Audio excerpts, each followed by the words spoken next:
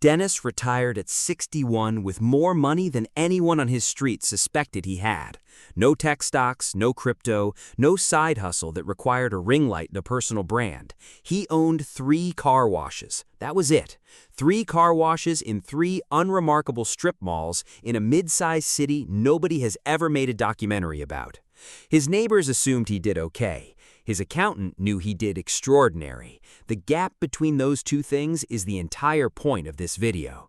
My name is Nick, and today we're talking about the businesses that make serious money in total silence. The ones that never get a TED Talk, never get a Forbes profile, and never once require you to describe yourself as an entrepreneur at a dinner party. Because here is what I keep finding when I actually look at where quiet, durable, generational wealth comes from in this country.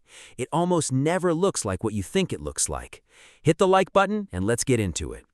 First, let me tell you what this video is not.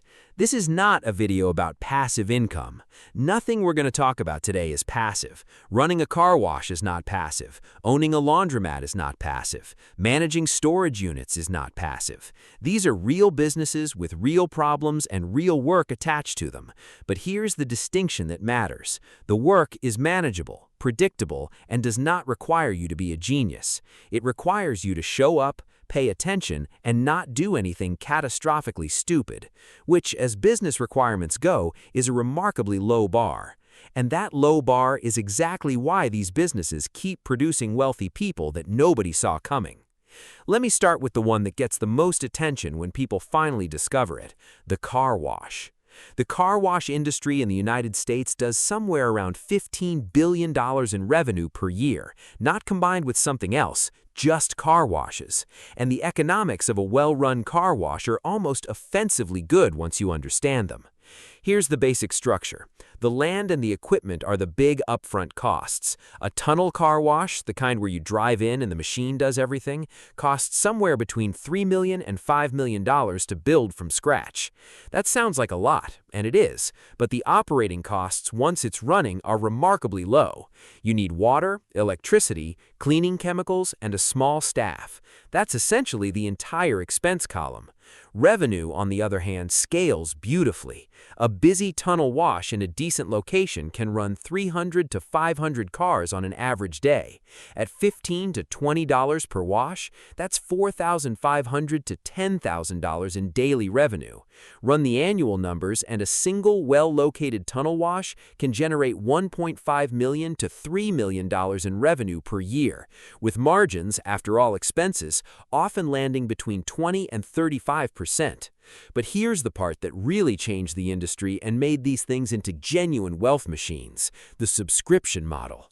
In the last decade, car washes figured out what Netflix figured out. Recurring monthly revenue is worth more than one-time transactions. An unlimited wash membership at $30 a month sounds cheap to the customer. To the operator, it's a guaranteed check that arrives whether it rains all month or not. And people forget to cancel. They sign up in February when they're motivated, and they're still paying in October when they've washed their car twice. The subscription business completely transformed the economics of an already solid business into something that finance people describe with barely contained excitement as a cash flow machine. Dennis didn't build his car washes from scratch. He bought one struggling location for $400,000 in 2003, turned it around over 3 years by doing 2 things: fixing the equipment and adding a monthly membership, and then used the cash flow from that location to buy the second one, then the third. Classic, boring compounding. Not exciting, just relentless. Now, let's talk about laundromats, because this is the one that surprises people the most when they see the actual numbers. The average laundromat in the United States does between $150,000 and $300,000 in annual revenue. The average profit margin, after rent, utilities, and machine maintenance, sits somewhere around 20 to 35%, which means a single average laundromat produces $30,000 to $105,000 in annual profit, for a business that on its best day looks like a room full of machines and a television showing daytime programming. The appeal from the owner's perspective is almost mathematical in its simplicity. Customers bring their own clothes, they load the machines themselves, they add their own detergent, they move their own laundry to the dryers, they fold their own clothes. The owner's job is to keep the machines running and collect the money. There's no inventory to manage, no product to design, no service to deliver. The machines do the work and the customers do the rest. What makes laundromats particularly interesting right now is where they sit in the economy. They are recession-resistant in a way that most businesses are not. When money gets tight, people don't stop going to restaurants. They stop buying new clothes. They cancel the streaming service. But the laundry still has to get done. And the people who can't afford their own washer and dryer, which is a significant and growing portion of the American population, still need somewhere to do it. The laundromat sits in a part of the economy that is remarkably insulated from the mood of the stock market. The failure rate for laundromats is also genuinely unusual. Most small businesses fail at a rate of around 20% in the first year and roughly 50% within 5 years. The laundromat failure rate is estimated by industry groups at somewhere around 5%. 5% in a country where restaurants fail at 60% within the first year. The business that looks the most boring is one of the most survivable businesses in America. The reasons aren't mysterious. Low overhead, inelastic demand, no perishable inventory, no skilled labor requirement, and customers who largely serve themselves. It's not glamorous. It is, however, genuinely hard to kill. Storage units deserve their own section because the numbers here border on the absurd. The self-storage industry in the United States generates more than $39 billion in annual revenue. Let me put that in context. The self-storage industry is larger than the entire Hollywood film industry, larger than the music industry, larger than professional sports, and it operates in buildings with no windows, no customer service staff, and no product, just metal doors and concrete floors. Here's what makes self-storage work as a business. Americans have too much stuff. This is not a controversial statement. The average American home has tripled in size since the 1950s and is still not big enough to hold everything its occupants own. We are a country that rents climate-controlled rooms to store things we don't use, can't throw away, and occasionally forget we have. And we pay for those rooms month after month, often for years, sometimes for decades. The average self-storage unit rents for somewhere between $80 and $200 per month, depending on size and location.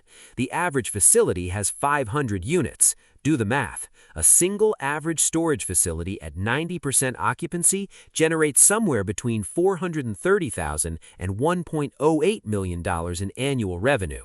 The operating expenses, primarily property taxes, insurance, minimal staffing, and maintenance, are low enough that profit margins in self-storage routinely hit 40 to 50%. That is a margin that most tech companies would consider impressive. And the business is operationally simple in a way that genuinely defies its revenue numbers. Modern storage facilities run largely on software. Customers book online, they get a digital code, they access their unit, they leave. The owner doesn't need to be there. In some cases, the owner doesn't need to be anywhere near the facility for weeks at a time. The business runs itself to a degree that most business owners spend their entire careers chasing and never find. The customer behavior in self-storage is also unlike almost any other business. Once someone rents a unit and fills it with their belongings, the activation energy required to actually cancel that rental is enormous. They have to show up, go through everything, decide what to keep and what to throw away, move it all somewhere, and then cancel the contract. Most people don't. They keep paying, month after month, indefinitely. The average length of stay in a self-storage unit is 14 months, but a meaningful percentage of customers stay for years. Sometimes they stay until they die, at which point their families often continue paying while they figure out what to do with the contents. This sounds cynical. It is also just the data. Now, let me widen the lens, because car washes, laundromats, and storage units are the famous three of this category. But the boring business principle extends much further than people realize. Vending machine routes, mobile ATMs, parking lots, coin-operated car vacuums, self-serve dog wash stations, propane tank exchange programs, ice vending machines. These are all businesses that exist in the same category. Low glamour, low staffing requirements, consistent demand, and the kind of cash flow that doesn't care what the Federal Reserve does with interest rates.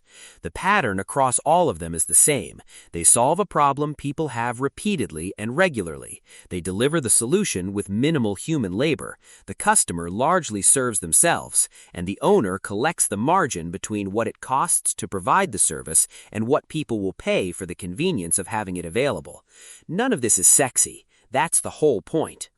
Here's the thing that most people miss when they first encounter these businesses. The real wealth isn't in the margin on each transaction. The real wealth is what you do with that margin. Dennis didn't spend his car wash profits. He saved them, reinvested them, and used them to buy more car washes. That's the boring compounding machine running underneath the boring business. The cash flow from location 1 funds the acquisition of location 2. Location 2's cash flow, combined with location 1, funds the acquisition of location 3. By the time you have 3 locations running and paid off, the math starts doing things that feel disproportionate to the original inputs. This is the same reason that the research on actual millionaires, the real ones, not the ones in the commercials, keeps finding the same profile. Small business ownership, particularly in unglamorous industries, produces a disproportionate share of genuine wealth in this country. Not because the businesses are spectacular, because they're stable, because they produce consistent cash flow, because that cash flow, invested consistently over a long enough period, compounds into something that looks enormous from the outside and arrived so quietly that even the person building it sometimes doesn't notice how far they've come until they stop and look back. But I want to be honest about what these businesses actually require, because the internet version of this story tends to skip the hard parts. Buying a laundromat is not a guaranteed path to anything. A poorly located laundromat in a neighborhood that's losing population, with aging machines that break constantly, competing against a newer facility 2 blocks away, is a very good way to lose a meaningful amount of money while also spending your weekends dealing with broken dryers. The business is survivable. It is not idiot-proof. The keys to making boring businesses work are almost insultingly straightforward. Location matters enormously. A car wash on a high-traffic road with easy access produces completely different economics than the same car wash tucked behind a grocery store on a dead-end block. A storage facility in a dense urban area with limited real estate commands different rates than a facility in a rural market with 3 competitors nearby. The business model is simple. The site selection is not. Condition of equipment matters. These businesses live and die on operational uptime. A laundromat with 4 broken machines on a Saturday morning is not a business. It's a waiting room. Buyers who don't get a thorough inspection of every machine before closing, who don't understand the maintenance history and the replacement schedule, are buying a much more expensive problem than the purchase price suggests. And the financials of the existing business need to be examined with genuine skepticism. Seller-provided numbers for small cash businesses are among the most optimistic documents ever produced by human beings. Cash businesses are easy to underreport to the IRS and equally easy to overreport to a potential buyer. A good accountant and a willingness to ask uncomfortable questions are not optional parts of the due diligence process. They are the whole process. None of this is exotic knowledge. It's just the work that separates the people who build quiet wealth from the people who buy a laundromat, have a terrible 2 years, and sell it at a loss while telling anyone who will listen that the business doesn't work. The business works. The execution is where it separates. There's one more thing worth saying, and it's the part that connects all of this back to something larger.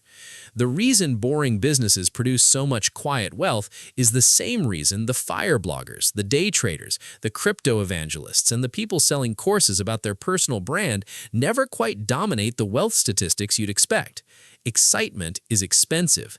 Novelty is expensive. The premium you pay to be in something interesting, to tell people what you do and have them find it impressive, is real, and it comes directly out of your returns.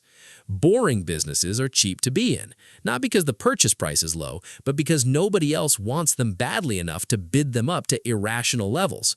You are not competing with venture capital. You are not competing with 1,000 other buyers who went to the same conference and heard the same pitch.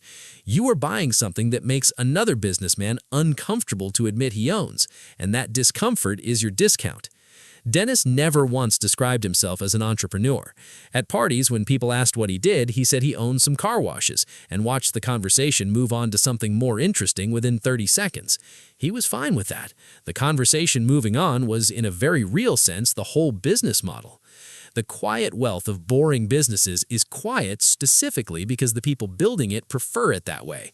They're not at the conference. They're not on the podcast. They're not in the comments explaining their strategy.